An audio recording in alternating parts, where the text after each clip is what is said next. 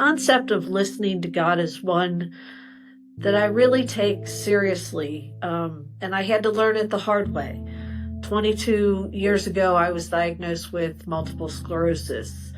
Following my diagnosis, needless to say, God and I had some tough conversations.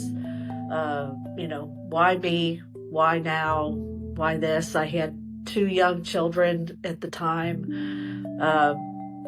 Immediately, you think of the worst case scenarios. And so I would call out to God in search of answers, and I felt like I wasn't getting any answers from him. I felt abandoned and lost. But then suddenly something started to happen. I would get calls from people who said, "Oh, my sister or sister-in-law or brother has been diagnosed with MS. Would you be willing to talk with them or just give them some reassuring words, or to let them know that there's someone else out there that they could reach out to if they needed to?" And this happened more and more to me over time and over the years. And I kind of came to the conclusion that this was the Lord's way of He put me on this path so that I was able to help others and use my suffering to alleviate somehow the suffering of others by walking with them. And it was that realization that God really had listened to me.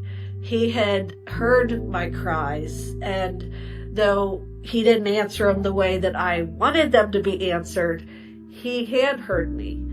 Since then, we've had many conversations. A lot of times I just listen, knowing that whatever I need to hear, I will hear in time. And so it's become almost like a friendship where I can say anything to him that I need. I can be angry at him. I can, vent to him, just be sad with him. And I know that he truly hears me and that he will be there for me. And it may not be in the way that I want him to be, and it may not be in the timing that I want, but he will be there, and he will put me in the right place and give me the right path to walk.